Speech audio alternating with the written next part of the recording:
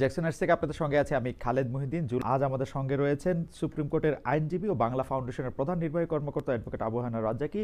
জনাব রাজ্জাকী, আপনাকে আমাদের অনুষ্ঠানে স্বাগত জানাই। আপনি আমাদেরকে সময় দিয়েছেন, সেজন্য শুভেচ্ছা ও কৃতজ্ঞতা জানবেন। এত বড় একটা দল আমরা বলি আওয়ামী লীগ দল, তার এটা যখন নিষিদ্ধ করতে পারছে, তাহলে আমার প্রশ্ন যে আওয়ামী লীগ যে ক্ষমতাবান ছিল, কিংবা যাদের ব্লেসিংস তার উপরে বেশি ছিল, কিংবা যেই স্টেক হোল্ডাররা তাকে ভালোবাসতো বা ভালোবাসতো মানে কাজের জন্য, তাদের কাছে তার প্রয়োজন ফুরিয়ে গেছে কিনা, এক। দুই, বিকল্পকে কেউ জায়গাটা দখল করছে কিনা। আজকে যদি আওয়ামী লীগ এই শেখ হাসিনার জন্য যদি পদ না ছাড়েন আর তার জন্য যদি তার দলের দুরবস্থা হয়, সেটার দায় শেখ হাসিনা নিজেই থাকবেন। আওয়ামী লীগের রাজনীতি বন্ধ করতে হবে। একদল বলছে আওয়ামী লীগের রাজনীতি বন্ধ করতে হবে, এটা চাইছিল ছাত্ররা তখন কিন্তু আজকের যারা ক্ষমতায় তারা বলছিল কোনো রাজনৈতিক দল নিষিদ্ধ করার পক্ষপাতী আমরা নই। এটা জনগণ যদি চায় কখনো, সেটা আমি জানি না, এটা ভেক্টর জনগণ কিভাবে চাইতে হয় রাজনৈতিক দলের পক্ষ থেকেই, ইন্ডিভিজুয়াল জনগণ কোনো শক্তি না। তখন তারা এই কথাটা বলছে। কিন্তু আজকে আবার যখন আমরা দেখলাম যে আওয়ামী লীগের দলটাকে নিষিদ্ধ না করলেও এখন পর্যন্ত তাদের কার্যক্রম যে নিষিদ্ধ, সেটা এখনো বহাল রইল। এখন আপনি যদি গণতান্ত্রিক সরকারের দিকে তাকান, গণতন্ত্রের মূল্যায়নের দিকে তাকান, তাইলে যারা অপরাধী তাদের বিচার হইতে থাকবে, এবং যারা অপরাধী নয়, এমন যদি অপরাধী নয় আমরা কেমনে ধরবো? প্রাথমিকভাবে ধরতে পারেন যারা অন্তত তালিকাভুক্ত আসামি হয়েছে, তাদেরকে আমরা যদি প্রাথমিকভাবে তো আসামি ধরি, এদেরকে বাদ দিয়ে আপনি তাদের রাজনীতি করার অধিকারটা যদি দেয় আজকে গণতান্ত্রিক সরকার, সেটা নিয়ে আমি বিরোধিতা করব না। এখন ওনারা কার্যক্রমটাকে বহাল রাখছে, যে নিষিদ্ধ করছিল ওই সরকার, এবং তখন বলা হয়েছিল যে অ্যাডমিনিস্ট্রেটিভ অর্ডার দিয়ে এগুলো করা যায় না। তখন তো অ্যাডমিনিস্ট্রেটিভ অর্ডার দিয়ে হয়েছে আলটিমেটলি, কিন্তু সেটাকে যখন আজকে রূপান্তর করলো, মানে আইনি রূপ দিল যে আপাতত যতদিন পর্যন্ত ইয়ে না হয় এটা, তাহলে তাদের কার্যক্রমটা থাকতেছে, স্টপ থাকতেছে। এখন এখানে একটা বিষয় আছে আমার, যেটা ভাবনার বিষয়, তাহলে কি এখন পর্যন্ত আমরা যতটুকু জানি, আজকে প্রায় 1.5 বছর গড়ায় 2 বছরের কাছাকাছি যাচ্ছি আমরা, এখন পর্যন্ত কিন্তু আমরা শুনি নাই যে আওয়ামী লীগের পক্ষ থেকে, কারণ শেখ হাসিনা যেহেতু এখনো কথা বলেন, ফোনে কথা বলেন, নানানভাবে যোগাযোগ হয়, আমি চোখে না দেখলেও বিশ্বাস করি, সেক্ষেত্রে আমরা এখনো শুনি নাই যে উনি কোনো ব্যক্তিরে ভারপ্রাপ্ত সভাপতি বানাইছেন কিংবা কাউকে দায়িত্ব দিছেন। আমি এমনও শুনছি যে শোনা কথা বলা ঠিক না, তারপরেও সোশ্যাল মিডিয়াগুলো আসে যে ফাইনালি শেখ রেহানার ছেলে পর্যন্ত নাকি গিয়ে দেখা করছিল, এবং তাকে প্রস্তাব দেওয়া হয়েছিল, কোন পক্ষ থেকে সেটা আমরা জানি না, কিন্তু উনি রাজি হননি। অর্থাৎ দলের সভাপতি পদটা উনি এখনো ছাড়ছেন না, এবং সভাপতি পদটা না ছাড়লে তো ন্যাচারালি আপনি পার্টিটা যেহেতু একটা পরিবার কেন্দ্রিক, এখনো বাংলাদেশে আওয়ামী লীগের কারো ক্ষমতা নাই যে নিজে ঘোষণা করবে যে আমি আওয়ামী লীগের সভাপতি। সেকেন্ড ম্যান, থার্ড ম্যান কেউ তাকে মানবে না, কিন্তু উনি বললে মানবে। তাহলে এখনো উনি ক্ষমতার দিকে মারাত্মকভাবে লোভী, এবং যে দেশ তাকে আশ্রয় দিছে, আমার ধারণা সময়ের ব্যবধানে, তারা এখন মাইনাস করছে কিনা আমি জানি না, কিন্তু সময়ের ব্যবধানে তার প্রয়োজন ফুরিয়ে গেলে ওটা ফেলে দিবে। কারণ রাজনীতিতে এই ব্যক্তিগত কোনো প্রেম নাই, এখানে গিভ অ্যান্ড টেক, স্বার্থ থাকতে হবে, এবং এটা কোনো অপরাধ নয়। আমি আমার দেশ দেখব, প্রতিবেশী দেশ তার দেশ দেখবে, আমেরিকা তার দেশ দেখবে, চায়না তার দেশ দেখবে। বরং আমার দেশে বসে কেউ যদি অন্য দেশ দেখে, সে তাকে আমি চিনি বা না চিনি, আমি তাকে একটা কীটপতঙ্গের চেয়েও বেশি ঘৃণা করি। আমি বলছি না কে করে, যে যদি কেউ করে তাকে আমি কীটপতঙ্গের চেয়েও ঘৃণা করি। এখন আসেন, এই যে এত বড় একটা দল আমরা বলি আওয়ামী লীগ দল, তার এটা যখন নিষিদ্ধ করতে পারছে, তাহলে আমার প্রশ্ন যে আওয়ামী লীগ যে ক্ষমতাবান ছিল, কিংবা যাদের ব্লেসিংস তার উপরে বেশি ছিল, কিংবা যেই স্টেক হোল্ডাররা তাকে ভালোবাসতো বা ভালোবাসতো মানে কাজের জন্য, তাদের কাছে তার প্রয়োজন ফুরিয়ে গেছে কিনা, এক। দুই, বিকল্পকে কেউ জায়গাটা দখল করছে কিনা।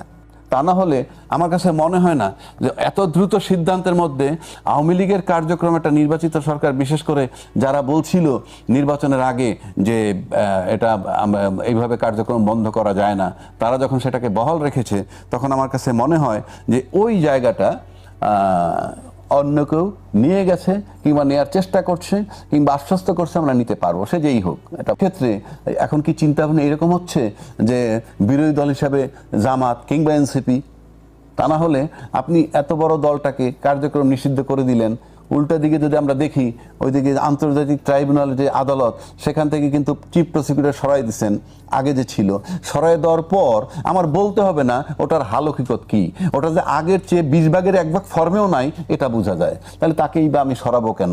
তা সব কিছু মিলে একটা জটিল সমীকরণের দিকে যাচ্ছে বলে আমার কাছে ব্যক্তিগতভাবে মনে হয়। আর আজকে যদি আওয়ামী লীগ এই শেখ হাসিনার জন্য যদি পদ না ছাড়েন আর তার জন্য যদি তার দলের দুরবস্থা হয়, সেটার দায় শেখ হাসিনা নিজেই থাকবেন। এই শেখ মুজিবুর রহমান সাহেবকে যখন হত্যা করা হয়, তারপরে কিন্তু একটা ইন্ডেমনিটি হয়েছিল, সেটাও কিন্তু পাক্কা 20-21 বছর পর ওপেন হয়েছে। এটার মানে হচ্ছে এই দায় মুক্তি এমন একটা জিনিস, যারা ঘটনাটা ঘটায় একটু ওই রাজাকারদের মাফ করে নাই, করছিল যুদ্ধাপরাধীদের, ওই সাধারণ ক্ষমা করছিল, সাধারণ ক্ষমা ঘোষণা করছিল, যুদ্ধাপরাধীদের করছিল। যাকেই করুক যুদ্ধাপরাধীদের করুক, সাধারণ ক্ষমা 179 জন তখন পাকিস্তানি চলে গেছে, সাধারণ ক্ষমা ঘোষণা করছিল বঙ্গবন্ধু, আমি সেটা বলছি।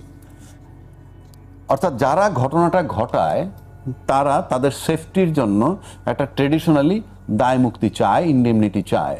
কিন্তু বাংলাদেশে এখন ইন্ডেমনিটির উপরে মানুষ আস্থা এই কারণে নাই, অতীতে যেহেতু রিওপেন হয়ে গেছে, রিওপেন হওয়ার পর যখন বিচার আচার হয়েছে, এখন আর ইন্ডেমনিটির উপরে আস্থা থাকার কথা না, নাম্বার 1।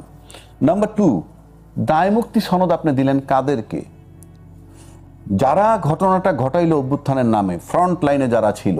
এখন যে যত কথাই বলুক, আপনাদের সবাই ক্লেম করেন যে আমরা সবাই ছিলাম, তাহলে জুলাই সনদ বাস্তবায়নের জন্য এত জটিলতার কোনো কারণ নাই, তার মানে এখানে গন্ডগোল আছে। তাই এই যে দায় মুক্তি আপনি দিতেছেন যাদেরকে, আমার প্রশ্ন হলো বিরোধী দলে তারা আছে এখন, যদি আমি ছাত্রদেরকে ধরি, তাদের একটা বিল উত্থাপন করা দরকার প্রথমত পার্লামেন্টে, যে দায় মুক্তি দিচ্ছেন কেন? দায় মুক্তি মানে আই হ্যাভ কমিটেড সাম রং, যেটাকে আপনি উত্থাপন করা যাবে না বলে আমাকে ধামাচাপা দিচ্ছেন কেন? আগে পার্লামেন্টে বিল আনেন যে আমরা যে জুলাই অভ্যুত্থানটা করছিলাম সেটা কোনো সন্ত্রাসী ঘটনা নাকি এটা জাতির জন্য প্রয়োজন ছিল এবং সঠিক সময়ে সঠিক সিদ্ধান্ত নিয়েছে এবং এরা অগ্রণী ভূমিকা পালন করছে, এইভাবে একটা বিল আনা খুব জরুরি। কিসের দায় মুক্তি? দায় মুক্তি মানে হচ্ছে এরকম, আমি তখন ইস্পানিতে পড়ি হোস্টেলে, আমাকে সাম মেজর ছিল ওখানকার সেক্রেটারি, সে আইসে আমাকে ডাইকে বলতেছে আমার বিরুদ্ধে কমপ্লেন হয়েছে, লাস্টলি আমার নানান ভাবে আমি এগুলো করি নাই, সবশেষে কি বলছে জানেন সে? তুমি বলো যে আর কোনোদিন করবা না। আমি কি এটা বলবো মানে কি আমি কি করছি? আপনি যদি বলেন যে আমি আর করবো না, মানে আমি করছি, আমি তো করিই নাই। প্রশ্ন হচ্ছে যে এটা দায় মুক্তি আপনি দিবেন কেন? দায় মুক্তি তখন হয় এটাকে যদি অপরাধ হিসেবে গণ্য করা হয়।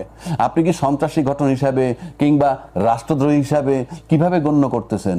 গণ্য করলে দায় মুক্তি, গণ্য করলে ছাত্ররা বা এটা মানবে কেন? ছাত্ররা চাইছে এটা, আমি ছাত্ররা চাইছি, আমি তো বলতেছি বিল রাজনীতিতে শেষ কথা বলতে কিছু নাই। আমরা নির্বাচনের আগে গণভোট করেছি, নির্বাচন করার পর বলতেছি গণভোট আইন নাই, আছে না? তা আমরা বলতে পারবো না কেন? আমরা তো সবার সেফটির জন্য বলতেছি, দায় মুক্তি কোনো বিষয় না। কেন বলছি? এইটার সাথে জুলাই সনদের বাস্তবায়নটা রিলেটেড। জুলাই সনদের সাথে দুইটা পক্ষ বিপদগ্রস্ত যদি বাস্তবায়ন না করে, দুই পক্ষ বিপদগ্রস্ত। প্রথম পক্ষ কারা? প্রথম পক্ষ হইলো এই যে যারা আন্দোলন করছে, অভ্যুত্থান করছে, যারা যাদেরকে আপনি দায় মুক্তি দিচ্ছেন।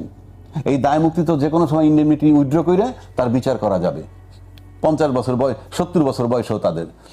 আর যারা আজকে টেক ওভার করছেন তারা কিন্তু জুলাইয়ের যে অভ্যুত্থান তার বেনিফিট নিছেন। গল্প আপনি মুখে যতই করেন, ওই বেনিফিট নাইলে 29 সাল পর্যন্ত বৈশা থাকতে হইতো, আরো 100 রান পিটাইতে পারতেন। 300 রান পিটাইছেন এর আগে, আর 100 রান পিটাইতে পারতেন, সরকার যাইতো না, 29 সাল পর্যন্ত বসে থাকতে হইতো। তো সে কারণে তাদের সেফটিও দরকার। কেন বলছি? তারা ফুল টাইম সংবিধানের কথা বলতেছেন, ফুল টাইম সংবিধান ভায়োলেট করতেছেন। কিভাবে? আপনি সংবিধানে যতক্ষণ পর্যন্ত এক্সিস্টিং যা যা আছে তা যদি ফলো না করেন তাহলে ভায়োলেশন অফ কনস্টিটিউশন। সংবিধানের 4 ক বঙ্গবন্ধুর ছবি ঝুলছে না, সংবিধানের 6ষ্ঠ তফসিল সেখানে স্বাধীনতার ঘোষক বলা আছে বঙ্গবন্ধুকে, অথচ আমরা লেখা আছে একটা, পড়তেছি আর একটা এখন সভা সমিতিতে নানান জায়গায়। তাহলে এই যে ভায়োলেশন অফ কনস্টিটিউশন, এখানে এটার জবাব দিচ্ছে পার্লামেন্টে কি? আমরা তো সেজন্যই সংশোধন চাই। আপনি সংশোধন করে যেদিন এগুলো সরাই দিবেন ওই দিন তো শেষ, ওই দিনের পর থেকে অসুবিধা নাই, কিন্তু তার আগ পর্যন্ত এই অপরাধ হচ্ছে যতক্ষণ সংবিধানটা বহাল আছে। তাইলে এই যে দায় মুক্তি যাদেরকে দিতে যাচ্ছেন এরাও বিপদগ্রস্ত হবে। আর যে কোনো সরকার ক্ষমতায় এসে সংবিধান যতই সংশোধন করেন, এই যে সময়টায় আপনি সংবিধান ভায়োলেট করছেন সেটার জন্য আপনার বিরুদ্ধে ক্রিমিনাল প্রসিডিং ড্র হবে। যেটা আজিজ ভাই বললো, ক্রিমিনাল প্রসিডিং এর কোনো মেয়াদ নাই, এটা তামাদি হয় না। সে কারণে আমি বলতেছি এই দুই পক্ষের সেফটির জন্য this is only the door, July সনদ বাস্তবায়ন গণভোটের আলোকে যেটা আসছে আপনি করেন, আপনি নিশ্চিত থাকেন দুই পক্ষ সেফ।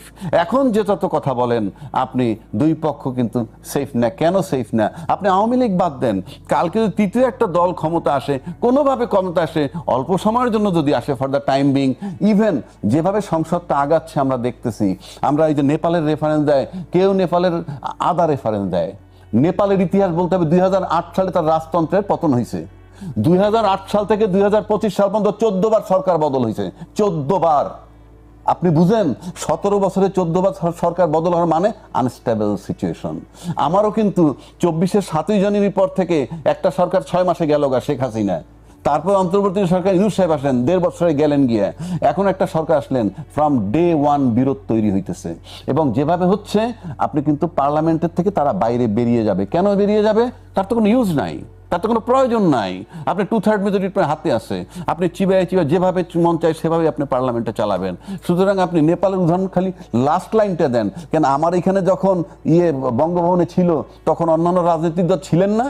সেদিন দেখলাম পার্লামেন্টে একজন সিনিয়র রাজনীতিবিদ, ওই বাচ্চাদের তুলনায়, মানে হাসনাত আব্দুল্লাহদের তুলনায় অনেক সিনিয়র, সে বইলে ফেলতেছে বিপ্লবী সরকার গঠন করেন নাই কেন। আমি আবার তাকে জবাব দিচ্ছি, আপনি বঙ্গভবনে ছিলেন না, আপনি বলেন নাই কেন? আপনি তার উপরে এই ব্লেম গেম চলতেছে বাংলাদেশে। সুতরাং আমি ফিউচার খুব যে ভালো দেখতেছি তা না, কারণ ফ্রম ডে ওয়ান আপনি সংঘর্ষে গেলেন, আপনি প্রতিশ্রুতি দিয়ে আসলেন গণভোট পাশ করবেন সব, আর এখন এসে সব আপনি রিভার্স করে ফেলতেন, সরে যাচ্ছেন। তাতে দুই পক্ষ বিপদগ্রস্ত, কোনো সন্দেহ নাই। এবং এই দুই পক্ষের সেফটির জন্য জুলাই বাস্তবায়ন অর্থাৎ সংবিধান সংস্কার করা খুবই জরুরি, এবং সেটাই দুই পক্ষকে সেফ করবে। তা না হলে এর কনসিকুয়েন্স অ্যাবসলিউট মেজরিটি পেয়ে গেছে তারা, মানে যা খুশি তাই করতে পারে।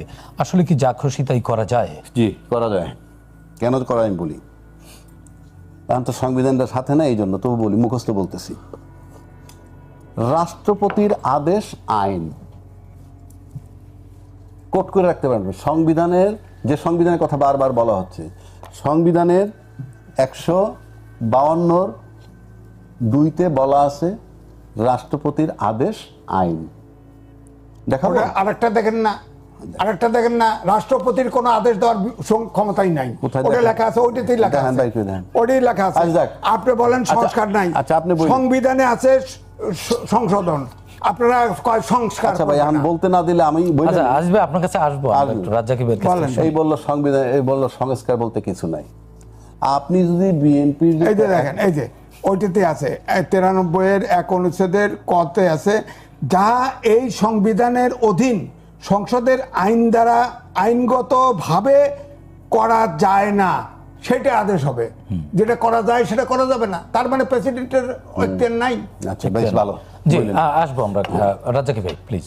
রাষ্ট্রপতির আদেশ তখনই আসে যখন সংসদ থাকে না। সংসদ থাকে নাই, আদেশ আসছে। আদেশটা সংবিধানের 152 মোতাবেক এইটা আইন। এই আইন যতক্ষণ তো বাতিল না হয় আপনাকে মানতে হবে। আপনি তো সেই আইনের আলোকে আছেন। এই আইনের আলোকে গণভোট হয়েছে। আচ্ছা, গণভোটটা কারা চাইছে? আজকে যারা ক্ষমতায় তারা চাইছে। তারপরে গণভোট আগে পরে হওয়ার কথা ছিল, ইলেকশনের আগে না ইলেকশনের দিন। যারা ক্ষমতা আছে তারা বলেছে যে গণভোটের দরকার নেই। কি বলেন? প্রস্তাবও কি তারা গণভোটের? কোথায় আছেন আপনি? আমি টিভিতে বলতেছি, আপনি বুঝেন না? কি চাইছে? ওনারা চাইছে, তারা গণভোট চেয়েছে। গণভোট চাওয়ার পর জামাত বলছে আমরা নির্বাচনের আগে চাই, ওনারা বলছেন আমরা একই দিনে চাই। ভালো কথা, এই তো চাইছেন, গণভোট চাইছেন। হ্যাঁ, আপনি আইন জানেন না? আপনি বেআইনি প্রস্তাব দিচ্ছেন, বেআইনি প্রস্তাব মোতাবেক আসছে। সমস্যা কোথায়? যদি আপনারটাই ধরি আমি, সবাই যেটা মেনে নিবে সেটাই আইন। সবাই যেটা মেনে নিচ্ছে সেটা নিয়ে তার ভিত্তিতে নির্বাচন হয়েছে। নির্বাচনের পরে বলতেছেন ওইটা না হইলে, না মানলে নির্বাচন হইতো না। এই যে প্রতিশ্রুতি ভঙ্গ, তারা আপনার সাথে প্রতারণা করছে, আপনারা বলতেছেন আপনারাও তো প্রতারণার ইন্টেনশন নিয়ে এটা করছেন। আমি যদি মোটা দাগে বলি, এরপরে আসেন গণভোট হওয়ার পর আপনি সেই আইন মানবেন না কেন? রাষ্ট্রপতির আদেশ তো বাতিল হয় নাই, আপনি এখন বাতিল করে করবেন, ফলাফল তো হয়েছে ওইটার। আপনি এখন গণভোটের অধ্যাদেশ যদি বাতিল করে বলেন, গণভোটের অধ্যাদেশ বাতিল হয়েছে বলে গণভোটের রেজাল্টও বাতিল হবে। আপনি এখন আইন করে পিছে এফেক্ট দিতে পারবেন? আজকে আইন করে তার পিছনে এফেক্ট দিতে পারবেন? তাহলে গণভোট তো রয়েই গেল, গণভোটের ফলাফলটা তো রয়ে গেল। এই যে জনগণের প্রতিশ্রুতি দিলেন, গণভোট আপনারা চাইলেন, তারপরে আপনি এখন এসে মানতেছেন না, এটা প্রতিশ্রুতি ভঙ্গ না? আমি সেটা বলছি। তাহলে এই যে মানতেছেন না, আপনার 2/3 মেজরিটি আছে, আপনার কেউ লাগবে না তো। আমি সেজন্য বলছি don't waste the time of parliament. Unless আমরা দেখতেছি যেটা কি হচ্ছে। আপনি বলছেন তো সকাল থেকে সন্ধ্যা মতো বৈশা, যদি আপনি যদি এক জায়গায় আর্গুমেন্ট করেন, আপনার পক্ষে যদি আপনার অ্যাবসলিউট মেজরিটি থাকে, আপনার কারোর উপরে ডিপেন্ড করতে হবে না, সেখানে আপনি সারাদিন বৈশা থাকলে ওয়েস্টেজ অফ টাইম ছাড়া আর কি?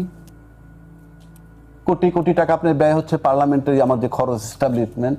আমি ভাই খুব সিনসিয়ারলি বলতেছি, আমার কাছে মনে হয় যেহেতু আমরা কিছু মানবো না, না মানলে আমার তো দরকার নেই। এটা একদম জনগণের ওই যে খরচটা হয় পার্লামেন্টে, সেই টাকাও আমি গরিবের খাতে ব্যয় করি আমরা। কারণ আপনি আমার তো একটা বক্তব্যের জায়গা থাকতে হবে। আপনি কোন প্রস্তাব তার মানে কি বিরোধী দলের বলবার স্পেস নেই? তাকে বলুক, বললে কি হবে? বিরোধী দল তো বলতেছে জুলাই সনদ বাস্তবায়ন করতে, আপনি করতেছেন না। তো আমি ডেইলি মনে করি ডেইলি 6 ঘন্টা করে একই বিষয়ে আলাপ করবো, লাভটা কি? আমি সেই জন্য বলছি। সুতরাং আমার কাছে এগুলো কুইক সিদ্ধান্ত নিয়ে জনগণের পাশে দাঁড়ান। জনগণ যত ফ্রাস্ট্রেটেড, আমরা কথায় কথায় বলি না, আবার আন্দোলন করলে লোক পাবেন না। জনগণ যদি ফ্রাস্ট্রেট, মানুষ